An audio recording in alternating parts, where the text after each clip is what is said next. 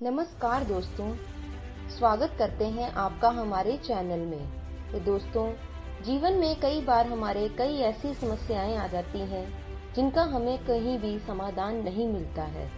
हम अपनी कहानियों के माध्यम से आपकी हर समस्याओं का समाधान जुटाने में आपकी सहायता करेंगे। घड़ी की सुइयां रात के 2 बजा रही थी।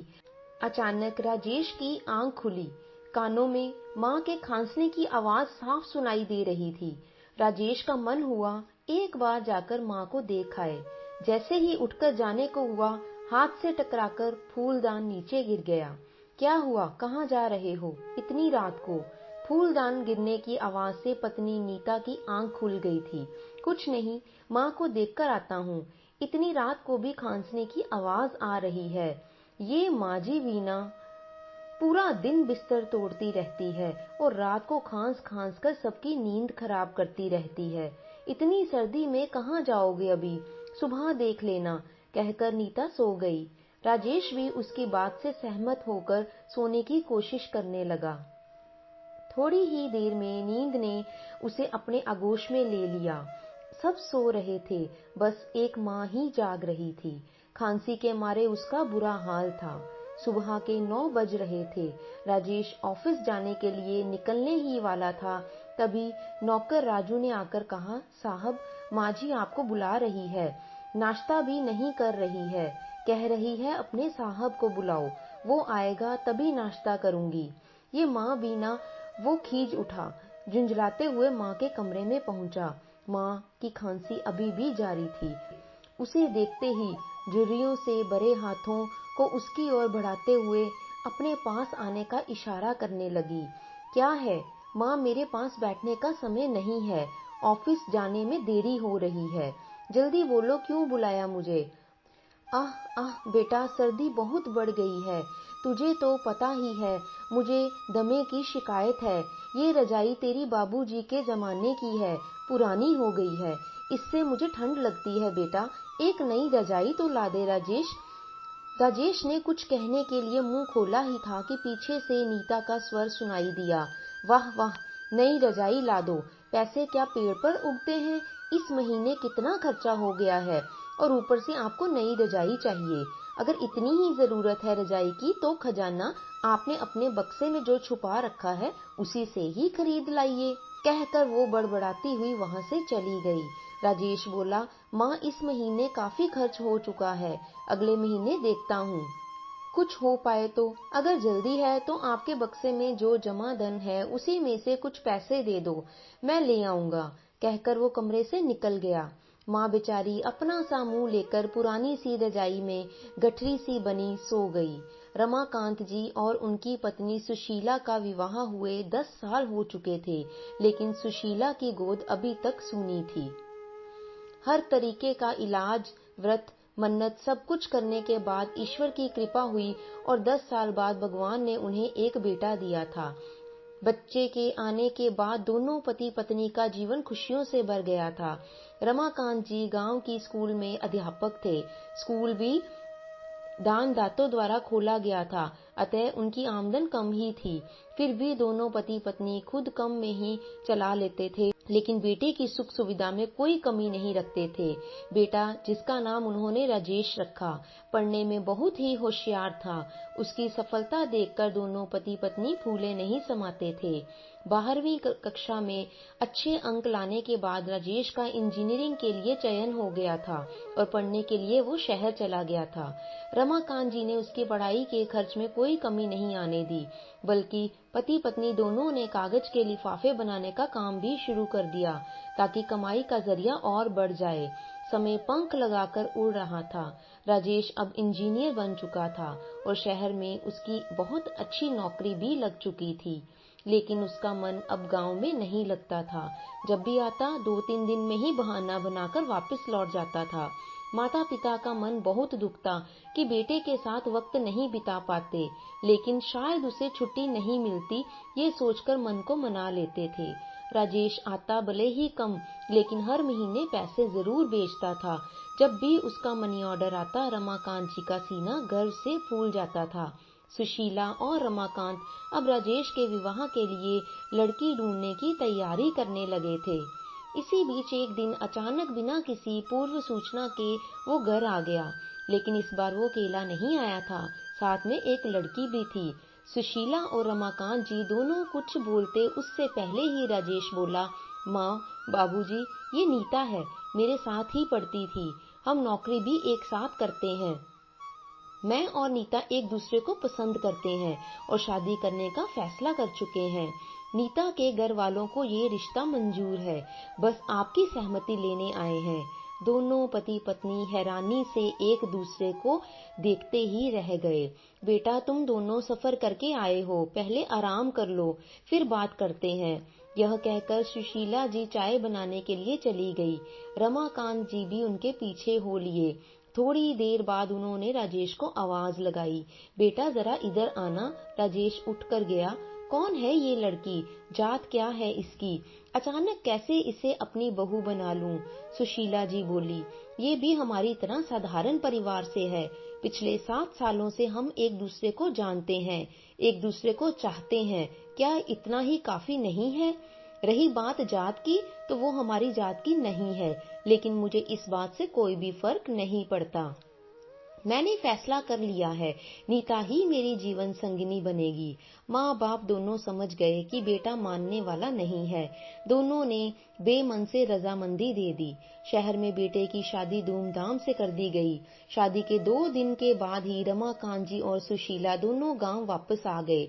उनका मन जो नहीं लग रहा था वहां पर।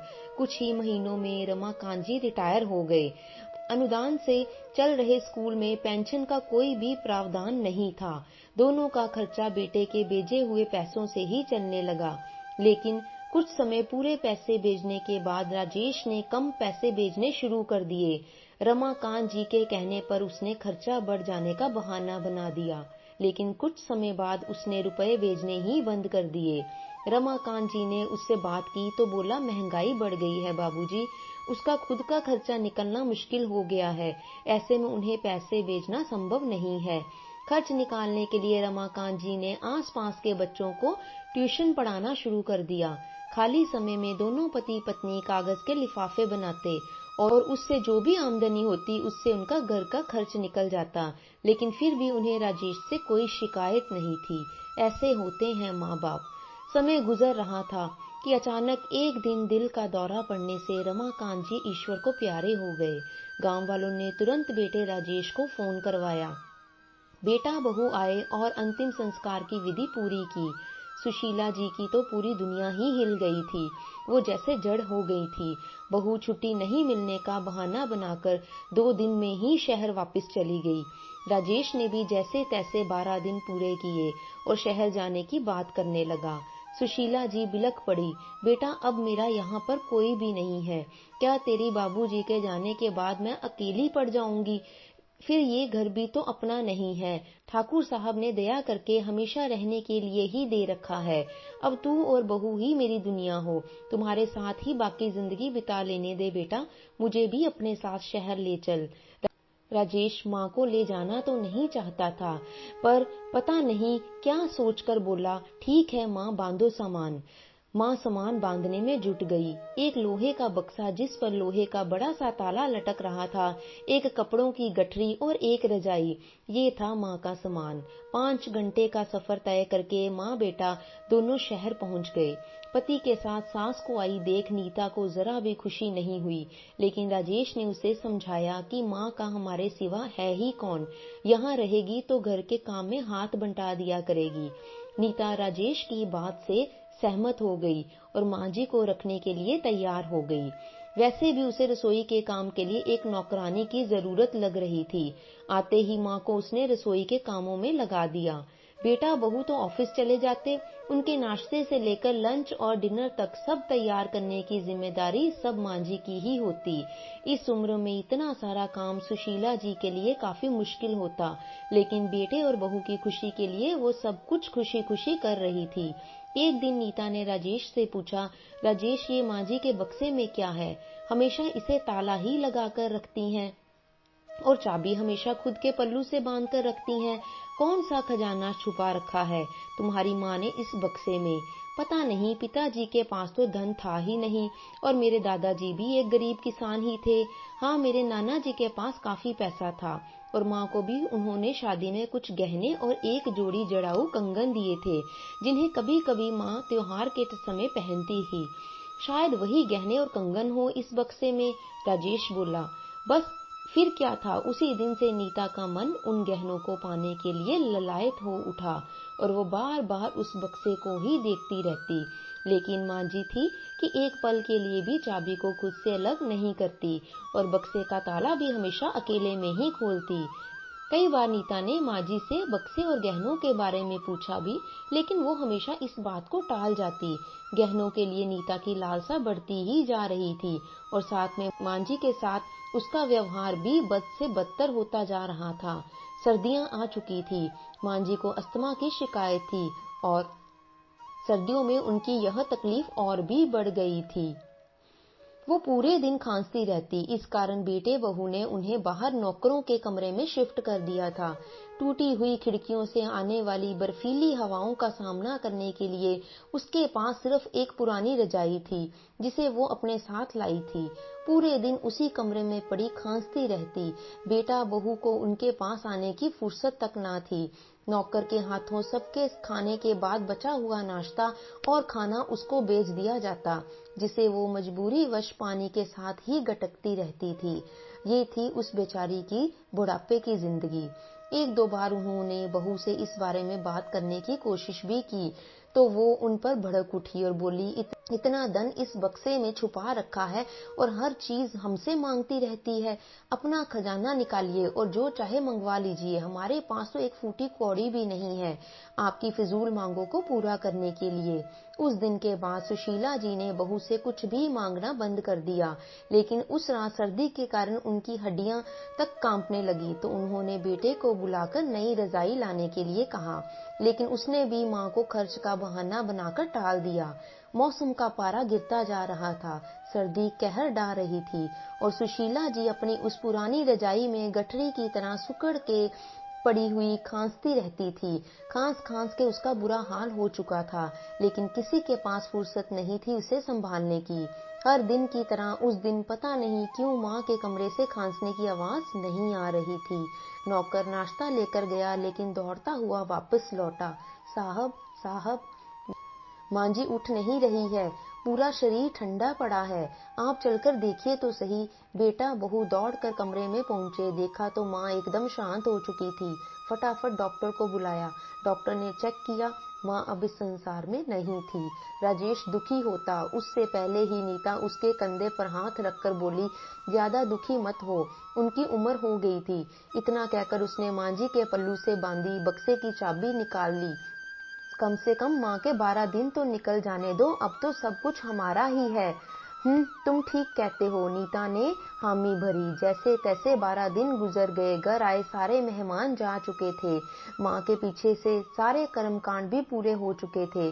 दोनों पति पत्नी माँ के कमरे में आए और राजेश ने चाबी से बक्से का ताला खोला। नीता का दिल गहनों को पाने के लिए बेसब्र हो रहा था। बक्सा खोलते ही एक दो पुराने कपड़ों के बीच उन्हें एक लाल कपड़े में लिपटा हुआ एक डिब्बा दिखाई दिया। उसे देखकर दोनों पति पत्नी की आंखों में चमक आ गई। राजेश ने फौरन उस लाल कपड़े को हटाकर डिब्बा खोला, लेकिन ये क्या, उस डिब्बे में तो कुछ कागजों के सिवाय कुछ भी नहीं था। निराश होकर उसने उन कागजों को देखना शुरू किया। गांव के सुनार की दुकान की रसीदें थी, जिसमें कुछ गहनों और उन जड़ाऊ कंगनों को 5 लाख रुपए में बेचने का ब्यौरा दे रखा था।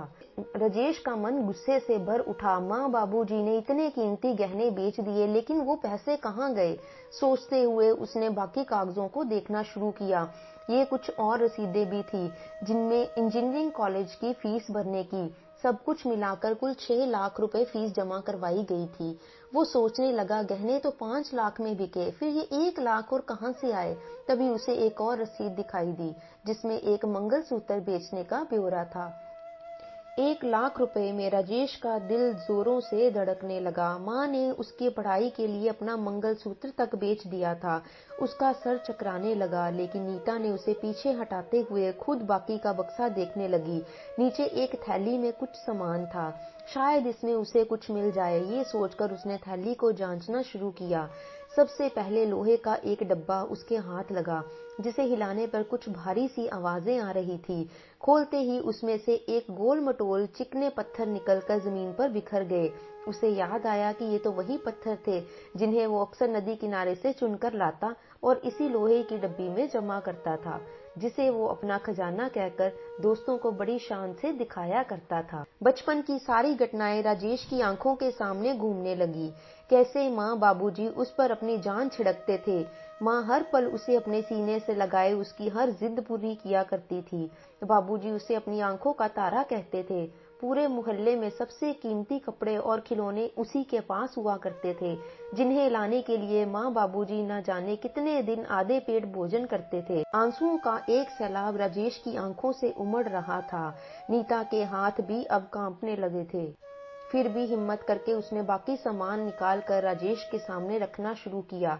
राजेश की पसंदीदा खिलौना बंदूक, उसकी पसंद का वो पीला शर्ट, उसके हाथ के बनाए टेढ़े मेढ़े चित्रों से भरी कॉपी, उसकी माँ और बाबूजी की कुछ पुरानी तस्वीरें, टूटी पेंसिलें और उसके बचपन से जुड़ी हुई कई सारी छोटी मोटी चीजें। माँ का खजाना राजेश के सामने बिखरा पड़ा हुआ था। उसे लग रहा था कि उसकी दिमाग की नसें फट जाएंगी। आंखों से आंसुओं की धारा बह रही थी। एक एक करके बीते हुए सारे दृश्य उसके मानस पटल पर घूमने लगे। माँ माँ वो चीख कर जोर जोर से चिल्लाने लगा और वहीं माँ के बिस्तर पर लुढ़क गया। तभी टूटी हुई खिड़की से हवा का झोंका आया और ना जाने कहां से माँ की फटी हुई साड़ी के पल्लू ने उसे अपने आगोश में ले लिया। माँ शायद आज भी उसे रोने नहीं देना चाहती थी। तो दोस्तों, बहुत ही दुख और दर्द से भरी हुई इस बुढ़ापे की यह कहानी है, जो सुनाते सुनाते मेरा तो मन भर आया है। तो दोस्तों, इस कहानी से हमें यह सीख मिलती है कि जो माँ बाप जीवन भर बचपन से हमें पालने में कोई भी कसर नहीं छोड़ते हैं और वो स्वयं कम खाते हैं और हमें खिलाने में ही अपना जीवन व्यतीत कर देते हैं, बुढ़ापे में जब उन्हें हमारी जरूरत होती है तो क्यों हम उनका साथ नहीं देते। आप कमेंट में मुझे जरूर लिखकर बताइए। तो दोस्तों, आशा करते हैं आपको हमारी आज की यह कहानी अच्छी लगी होगी। कहानी को सुनने के लिए आपका बहुत बहुत धन्यवाद। अगर आप हमारे चैनल पर नए हैं तो हमारे चैनल को सब्सक्राइब कीजिए और हमारे साथ इसी तरह की कहानियां सुनने के लिए जुड़े रहें।